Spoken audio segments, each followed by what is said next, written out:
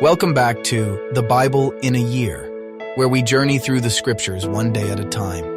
I'm your host, Elijah Brooks, and together we'll uncover the timeless truths, stories, and mysteries that guide our faith. As we open the sacred pages and delve into God's Word, let's approach it with open hearts and receptive minds. Genesis, chapters 8 through 11. God remembered Noah, all the animals, and all the livestock that were with him in the ship, and God made a wind to pass over the earth. The waters subsided, the deep's fountains and the sky's windows were also stopped, and the rain from the sky was restrained.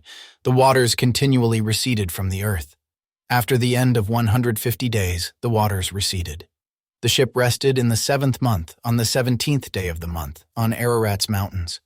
The waters receded continually until the 10th month. In the 10th month, on the 1st day of the month, the tops of the mountains were visible. At the end of 40 days, Noah opened the window of the ship which he had made, and he sent out a raven. It went back and forth until the waters were dried up from the earth.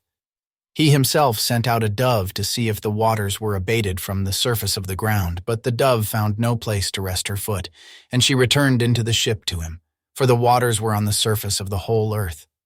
He put out his hand and took her, and brought her to him into the ship. He waited yet another 7 days, and again he sent the dove out of the ship.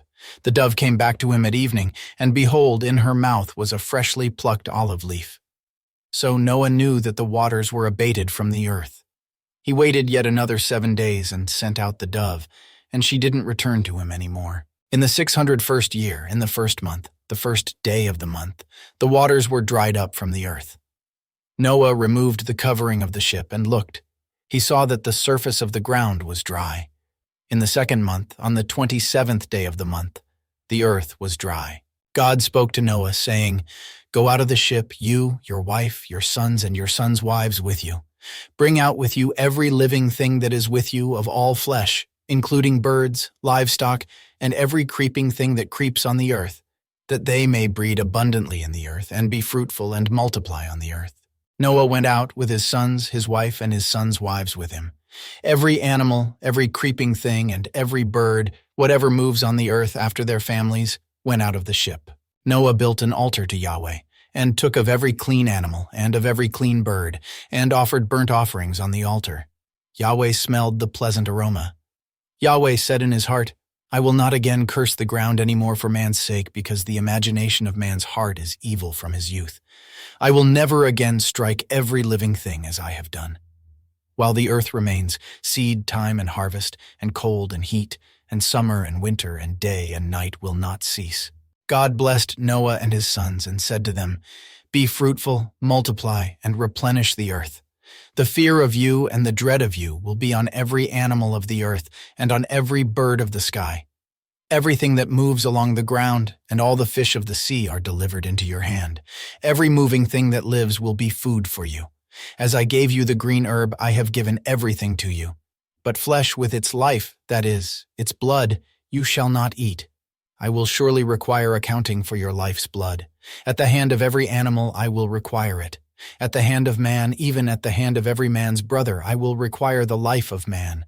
Whoever sheds man's blood, his blood will be shed by man, for God made man in his own image. Be fruitful and multiply. Increase abundantly in the earth and multiply in it." God spoke to Noah and to his sons with him, saying, "As for me, behold, I establish my covenant with you, and with your offspring after you, and with every living creature that is with you, the birds, the livestock, and every animal of the earth with you, of all that go out of the ship, even every animal of the earth. I will establish my covenant with you. All flesh will not be cut off any more by the waters of the flood. There will never again be a flood to destroy the earth." God said, "This is the token of the covenant which I make between me and you and every living creature that is with you for perpetual generations. I set my rainbow in the cloud, and it will be a sign of a covenant between me and the earth. When I bring a cloud over the earth, that the rainbow will be seen in the cloud, I will remember my covenant which is between me and you and every living creature of all flesh. And the waters will no more become a flood to destroy all flesh. The rainbow will be in the cloud. I will look at it, that I may remember the everlasting covenant between God and every living creature of all flesh that is on the earth." God said to Noah, This is the token of the covenant which I have established between me and all flesh that is on the earth. The sons of Noah who went out from the ship were Shem, Ham, and Japheth. Ham is the father of Canaan. These three were the sons of Noah, and from these the whole earth was populated.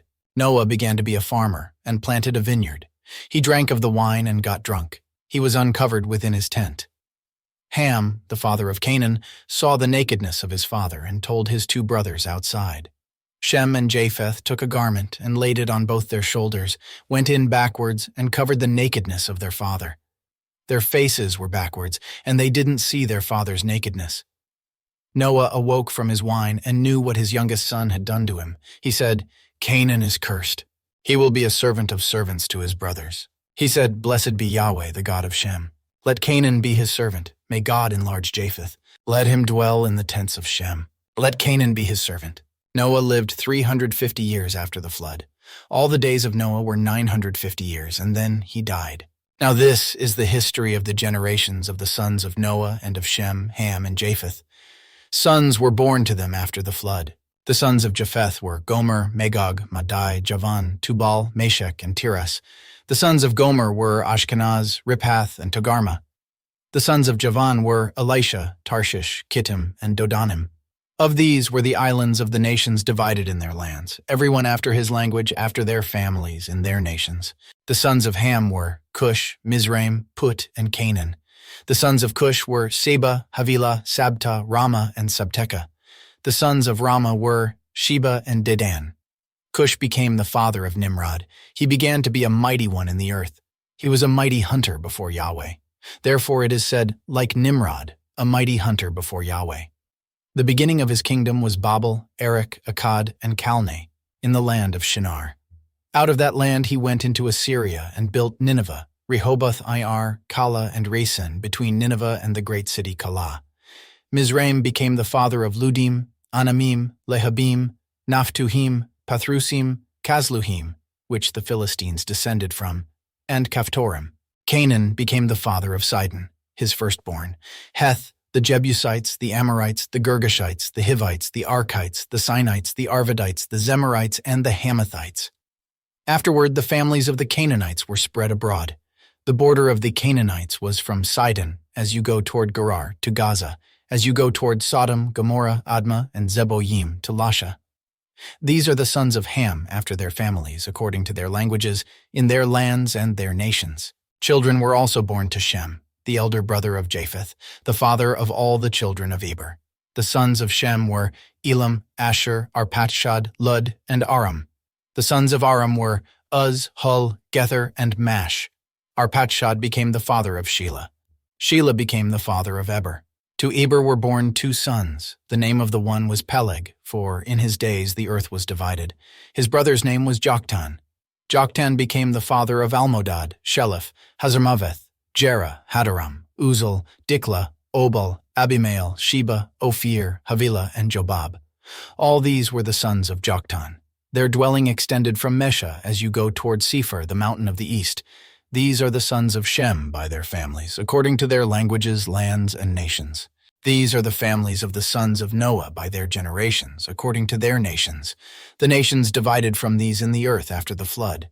The whole earth was of one language and of one speech.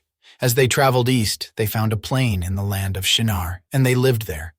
They said to one another, "Come, let's make bricks and burn them thoroughly." They had brick for stone, and they used tar for mortar. They said, "Come, let's build ourselves a city and a tower whose top reaches to the sky, and let's make a name for ourselves, lest we be scattered abroad on the surface of the whole earth." Yahweh came down to see the city and the tower, which the children of men built. Yahweh said, "Behold, they are one people and they all have one language, and this is what they begin to do. Now nothing will be withheld from them, which they intend to do. Come, let's go down and there confuse their language, that they may not understand one another's speech." So Yahweh scattered them abroad from there on the surface of all the earth. They stopped building the city.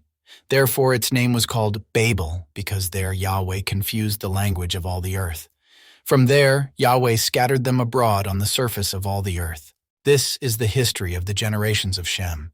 Shem was 100 years old when he became the father of Arpachshad 2 years after the flood. Shem lived 500 years after he became the father of Arpachshad and became the father of more sons and daughters. Arpachshad lived 35 years and became the father of Shelah. Arpachshad lived 403 years after he became the father of Shelah and became the father of more sons and daughters. Shelah lived 30 years and became the father of Eber. Shelah lived 403 years after he became the father of Eber and became the father of more sons and daughters. Eber lived 34 years and became the father of Peleg. Eber lived 430 years after he became the father of Peleg and became the father of more sons and daughters. Peleg lived 30 years and became the father of Reu. Peleg lived 209 years after he became the father of Reu and became the father of more sons and daughters. Reu lived 32 years and became the father of Serug. Reu lived 207 years after he became the father of Serug and became the father of more sons and daughters. Serug lived 30 years and became the father of Nahor. Serug lived 200 years after he became the father of Nahor and became the father of more sons and daughters. Nahor lived 29 years and became the father of Terah. Nahor lived 119 years after he became the father of Terah and became the father of more sons and daughters. Terah lived 70 years and became the father of Abram, Nahor, and Haran. Now this is the history of the generations of Terah. Terah became the father of Abram, Nahor, and Haran. Haran became the father of Lot.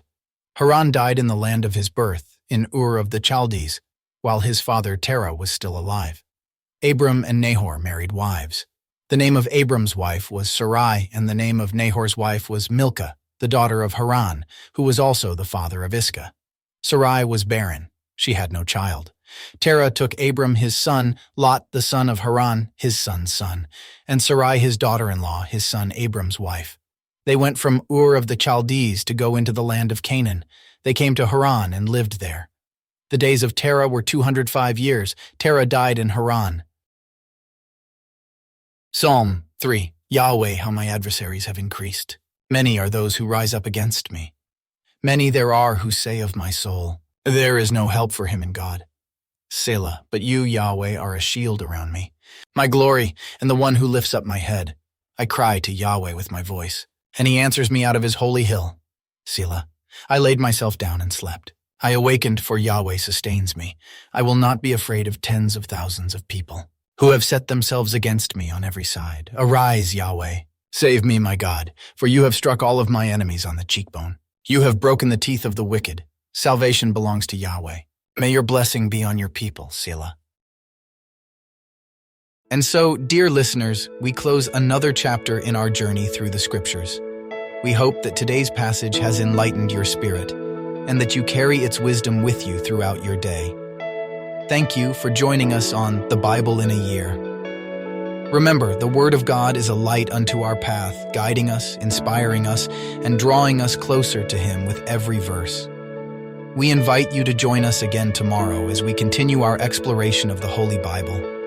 Until then, may God's grace and peace be with you.